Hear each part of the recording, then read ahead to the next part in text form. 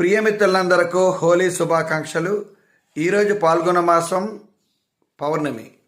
ప్రతి సంవత్సరం పాల్గొన మాసం పౌర్ణమి నాడు హోలీ పండగ ఘనంగా భారతదేశమంతా జరుపుకోవడం జరుగుతుంది.